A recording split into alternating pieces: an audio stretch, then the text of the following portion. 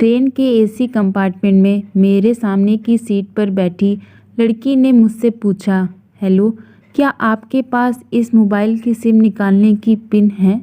उसने अपने बैग से एक फ़ोन निकाला था और नया सिम कार्ड उसमें डालना चाहती थी। लेकिन सिम स्लॉट खोलने के लिए पिन की ज़रूरत पड़ती है, जो उसके पास नहीं थी। मैंने हाँ में गर्दन हिलाई और अपने क्रॉस बैग से पिन निकालकर लड़की को दे दी। लड़की ने थैंक्स कहते हुए पिन ले ली और सिम डालकर पिन मुझे वापस कर दी। थोड़ी देर बाद वो फिर से इधर उधर ताकने लगी। मुझसे रहा नहीं गया, मैंने पूछ लिया, कोई परेशानी? वो बोली, सिम स्टार्ट नहीं हो रही है। मैंने मोबाइल मांगा, उसने दिया। मैंने उसे कहा कि सिम अभी एक्टिवेट नहीं हुई है, थोड़ी देर में हो जाएगी और एक्टिव होने के बाद आईडी वेरिफिकेशन होगा, उसके बाद आप इसे इस्तेमाल कर सकेंगी। लड़की ने पूछा, आईडी वेरिफिकेशन क्यों? मैंने कहा, आजकल सिम वेरिफिकेशन के बाद एक्टिव होती है। जिस नाम से ये सिम ली गई है उसका ब्यौरा पूछा जाएगा, बता देना। लड़की बुदबुदाई, ओह। मैंने दिलासा देते हुए कहा, इसमें कोई परेशानी की बात नहीं।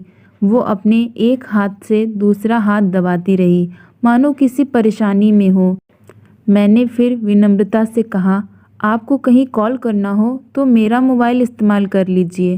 लड़की ने कहा, जी फ़िलहाल नहीं, थैंक्स, लेकिन ये सिम किस नाम से खरीदी गई है मुझे नहीं पता। मैंने कहा, एक बार एक्टिव होने दीजिए, जिसने आपको सिम दी है उसी के नाम की होगी। उसने कहा, ओके, कोशिश करते हैं। मैंने पूछा, आपका स्टेशन कहाँ है? लड़की ने कहा, दिल्ली। और आप? लड़की ने मुझसे पूछा। मैंने कहा, दिल्ली जा रहा हूँ, एक दिन का काम है। आप दिल्ली में रहती हैं या? लड़की बोली, नहीं नहीं, दिल्ली में कोई काम नहीं, ना ही मेरा घर है वहाँ। तो? मैंने उत्सुकतावश पूछा। वो बोली, दरअसल ये दूसरी ट्रेन है जिसमें आज मैं हूँ और दिल्ली से तीसरी गाड़ी पकड़नी है, फिर हमेशा के लिए आज़ाद। आज़ाद? लेकिन किस तरह की कैद से? मुझे फिर जिज्ञासा हुई, किस कैद में थी ये कमसिन अल्हड़ सी लड़की? लड़की बोली, उसी कैद में थी जिसमें हर लड़की होती है, जहाँ घर वाले कहें शादी कर लो, जब जैसा कहें वैसा करो। मैं घर से भाग चुकी हूँ। मुझे ताज्जुब हुआ, मगर अपने ताज्जुब को छुपाते हुए मैंने हंसते हुए पूछा, अकेली भाग रही हैं आप? आपके साथ कोई नज़र नहीं आ रहा? वो बोली, अकेली नहीं, साथ में है कोई। कौन? मेरे प्रश्न खत्म नहीं हो रहे थे। दिल्ली से एक और ट्रेन पकड़ूंगी, फिर अगले स्टेशन पर वो जनाब मिलेंगे और उसके बाद हम किसी को नहीं मिलेंगे। ओह, तो ये प्यार का मामला है? उसने कहा, जी। मैंने उसे बताया कि मैंने भी लव मैरिज की है। ये बात सुनकर वो खुश हुई, बोली, वाह, कैसे, कब? लव मैरिज की बात सुनकर वो मुझसे बात करने में रुचि लेने लगी। मैंने कहा, कब, कैसे, कहाँ, वो मैं बाद में बताऊंगा, पहले आप बताओ, आपके घर में कौन कौन है? उसने होशियारी बरतते हुए कहा, वो मैं आपको क्यों बताऊं?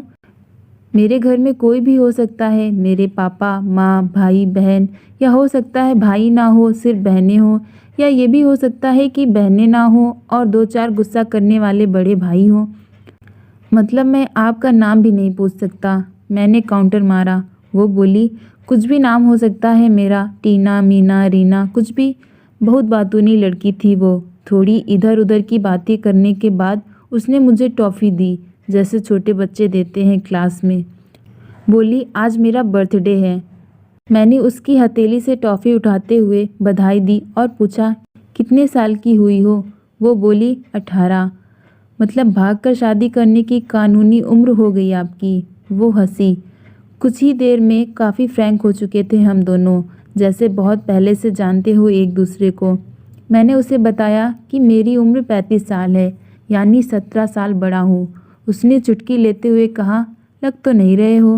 मैं मुस्कुरा दिया। मैंने उससे पूछा, तुम घर से भाग कर आई हो? तुम्हारे चेहरे पर चिंता के निशान जरा भी नहीं है। इतनी बेफिक्री मैंने पहली बार देखी। खुद की तारीफ सुनकर वो खुश हुई।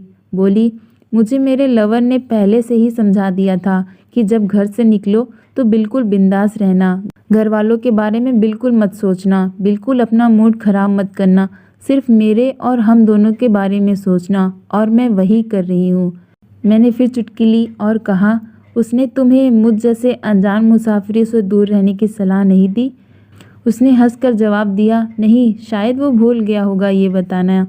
मैंने उसके प्रेमी की तारीफ करते हुए कहा, वैसे तुम्हारा बॉयफ्रेंड काफ़ी टैलेंटेड है। उसने किस तरह से तुम्हें अकेले घर से रवाना किया, नई सिम और मोबाइल दिया, 3 ट्रेन बदलवाई ताकि कोई ट्रैक न कर सके। Very talented person. लड़की ने हामी भरी, बोली, बहुत टैलेंटेड है वो, उसके जैसा कोई नहीं। मैंने उसे बताया कि मेरी शादी को 10 साल हुए हैं, एक बेटी है 8 साल की और एक बेटा 1 साल का। ये देखो उनकी तस्वीर।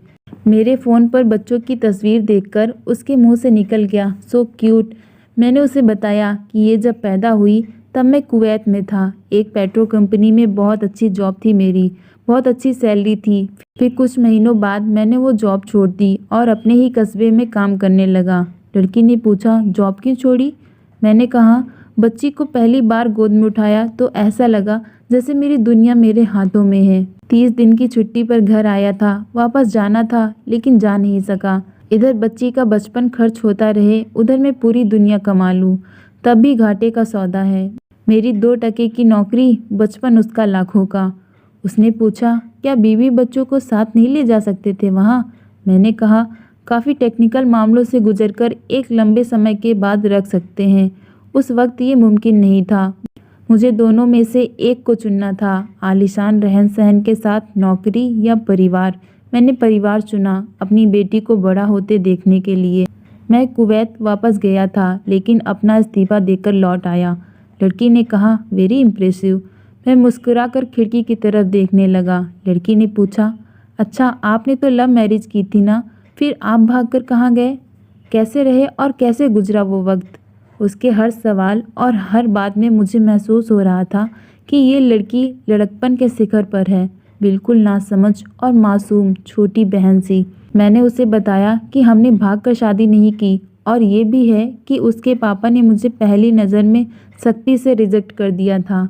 उन्होंने आपको रिजेक्ट क्यों किया? लड़की ने पूछा। मैंने कहा, रिजेक्ट करने का कुछ भी कारण हो सकता है, मेरी जाति, मेरा काम, घर, परिवार।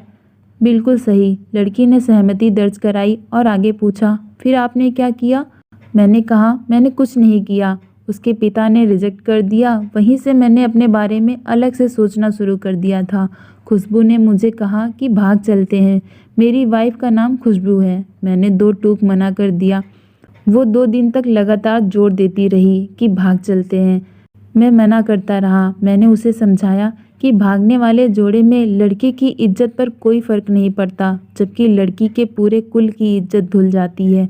भागने वाला लड़का उसके दोस्तों में हीरो माना जाता है, लेकिन इसके विपरीत जो लड़की प्रेमी संग भाग रही है वो कुल्टा कहलाती है। बुराइयों के तमाम शब्दकोश लड़की के लिए इस्तेमाल किए जाते हैं। भागने वाली लड़की आगे चलकर 60 साल की वृद्धा भी हो जाएगी, तब भी जवानी में किए उस काम का कलंक उसके माथे पर से नहीं मिटता। मैं मानता हूँ कि लड़का लड़की को तौलने का ये दोहरा मापदंड गलत है, लेकिन हमारे समाज में है तो यही। वो अपने नीचे का होठ दांतों तले पीसने लगी। उसने पानी की बोतल का ढक्कन खोलकर एक घूंट पिया। मैंने कहा, अगर मैं उस दिन उसे भगा ले जाता तो उसकी माँ तो शायद कई दिनों तक पानी भी ना पीती। इसलिए मेरी हिम्मत ना हुई कि ऐसा काम करूं। मैं जिससे प्रेम करूं उसके माँ बाप मेरे माँ बाप के समान ही हैं, चाहे शादी ना हो तो ना हो। कुछ पल के लिए वो सोच में पड़ गई, लेकिन मेरे बारे में और अधिक जानना चाहती थी। उसने पूछा, फिर आपकी शादी कैसे हुई? मैंने बताया कि खुशबू की सगाई कहीं और कर दी गई थी। धीरे धीरे सब कुछ नॉर्मल होने लगा था। खुशबू और उसके मंगेतर की बातें भी होने लगी थी फ़ोन पर, लेकिन जैसे जैसे शादी नज़दीक आने लगी उन लोगों की डिमांड बढ़ने लगी। डिमांड मतलब? लड़की ने पूछा। डिमांड का एक ही मतलब होता है, दहेज की डिमांड। परिवार में सबको सोने से बने तोहफे दो, दूल्हे को लग्जरी कार चाहिए, सास और ननद को नेकलेस दो, वगैरह वगैरह। बोले, हमारे यहाँ यही रीत है। लड़का भी इस रीत की अदायगी का पक्षधर था। वो सगाई मैंने तुड़वा डाली, इसलिए नहीं कि सिर्फ मेरी शादी उससे हो जाए, बल्कि ऐसे लालची लोगों में खुशबू कभी खुश नहीं रह सकती थी, ना उसका परिवार। फिर किसी तरह घर वालों को समझा बुझाकर मैं फ्रंट पर आ गया और हमारी शादी हो गई। ये सब किस्मत की बात थी। लड़की बोली, चलो अच्छा हुआ आप मिल गए, वरना वो गलत लोगों में फंस जाती। मैंने कहा, ज़रूरी नहीं कि माता पिता का फैसला हमेशा सही हो, और ये भी ज़रूरी नहीं कि प्रेमी जोड़े की पसंद सही हो। दोनों में से कोई भी गलत या सही हो सकता है। काम की बात यहाँ ये है कि कौन ज़्यादा वफादार है। लड़की ने फिर पानी का घूंट लिया और मैंने भी। लड़की ने तर्क दिया कि हमारा फैसला गलत हो जाए तो कोई बात नहीं, उन्हें ग्लानि नहीं होनी चाहिए। मैंने कहा, फैसला ऐसा हो जो दोनों का हो, बच्चों और माता पिता दोनों की सहमति, वो सबसे सही है। बुरा मत मानना, मैं कहना चाहूँगा कि तुम्हारा फैसला तुम दोनों का है, जिसमें तुम्हारे पेरेंट्स शामिल नहीं हैं। ना ही तुम्हें प्यार का असली मतलब पता है अभी। उसने पूछा, क्या है प्यार का सही अर्थ?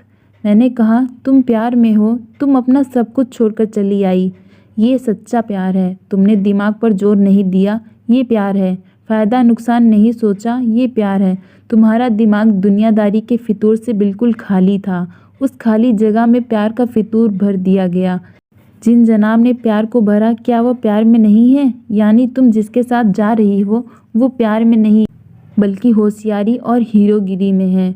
जो प्यार में होता है वो इतनी प्लानिंग नहीं कर पाता है, 3 ट्रेनें नहीं बदलवा पाता, उसका दिमाग इतना काम ही नहीं कर पाता। कोई कहे मैं आशिक हूँ और वो शातिर भी हो, ये नामुमकिन है। मजनू प्यार में पागल हो गया था, लोग पत्थर मारते थे उसे। प्यार में उसकी पहचान तक मिट गई। उससे दुनिया मजनू के नाम से जानती है, जबकि उसका असली नाम कैश था, जो नहीं इस्तेमाल किया जाता। वो शातिर होता तो ऐसे वो मजनू ना बन पाता। फरहाद ने शीरी के लिए पहाड़ों को खोदकर नहर निकाल डाली थी, और उसी नहर में उसका लहू बहा था। वो प्यार था। प्यार में कोई फ़कीर हो गया, कोई जोगी हो गया। किसी मांझी ने पहाड़ तोड़कर रास्ता निकाल लिया, किसी ने अतिरिक्त दिमाग नहीं लगाया, चालाकी नहीं की। लालच, हवस और हासिल करने का नाम प्यार नहीं है। प्यार समर्पण करने को कहते हैं, जिसमें इंसान सबसे पहले खुद का समर्पण करता है, जैसे तुमने किया। लेकिन तुम्हारा समर्पण हासिल करने के लिए था, यानी तुम्हारे प्यार में लालच की मिलावट हो गई। लड़की अचानक से खो सी गई। उसकी खिलखिलाहट और लड़कपन एकदम से खामोशी में बदल गया। मुझे लगा मैं कुछ ज़्यादा बोल गया, फिर भी मैंने जारी रखा। मैंने कहा, प्यार तुम्हारे पापा तुमसे करते हैं। कुछ दिनों बाद उनका वजन आधा हो जाएगा। तुम्हारी माँ कई दिनों तक खाना नहीं खाएगी, ना पानी पिएगी, जबकि तुमको अपने आशिक को आजमा कर देख लेना था। ना तो उसकी सेहत पर फर्क पड़ता, ना दिमाग पर। वो अक्लमंद है, अपने लिए अच्छा सोच लेता। लड़की के चेहरे का रंग बदल गया। ऐसा लग रहा था वो अब यहाँ नहीं है, उसका दिमाग किसी अतीत में टहलने निकल गया है। मैं अपने फ़ोन को स्क्रॉल करने लगा, लेकिन मन की इंद्री उसकी तरफ थी। थोड़ी ही देर में उसका और मेरा स्टेशन आ गया। बात कहाँ से निकली थी और कहाँ पहुँच गई। उसके मोबाइल पर मैसेज टोन बजी। देखा, सिम एक्टिवेट हो चुकी थी। उसने चुपचाप बैग में से आगे का टिकट निकाला और फाड़ दिया। मुझे कहा, एक कॉल करना है। मैंने मोबाइल दिया। उसने नंबर डायल करके कहा, सॉरी पापा, और सिसक कर रोने लगी। सामने से पिता भी फ़ोन पर बेटी को संभालने की कोशिश करने लगे। उसने कहा, पापा आप बिल्कुल चिंता मत कीजिए, मैं घर आ रही हूँ। दोनों तरफ से भावनाओं का सागर उमड़ पड़ा। हम ट्रेन से उतरे। उसने फिर से पिन मांगी। मैंने पिन दी। उसने मोबाइल से सिम निकाल कर तोड़ दी और पिन मुझे वापस कर दिया। दोस्तों, कहानी को पूरा सुनने के लिए आपका बहुत बहुत शुक्रिया। कहानी अच्छी लगी हो तो प्लीज़ इसको ज़्यादा से ज़्यादा शेयर करें और मेरे चैनल को सब्सक्राइब करना ना भूलें। Thank you so much for watching.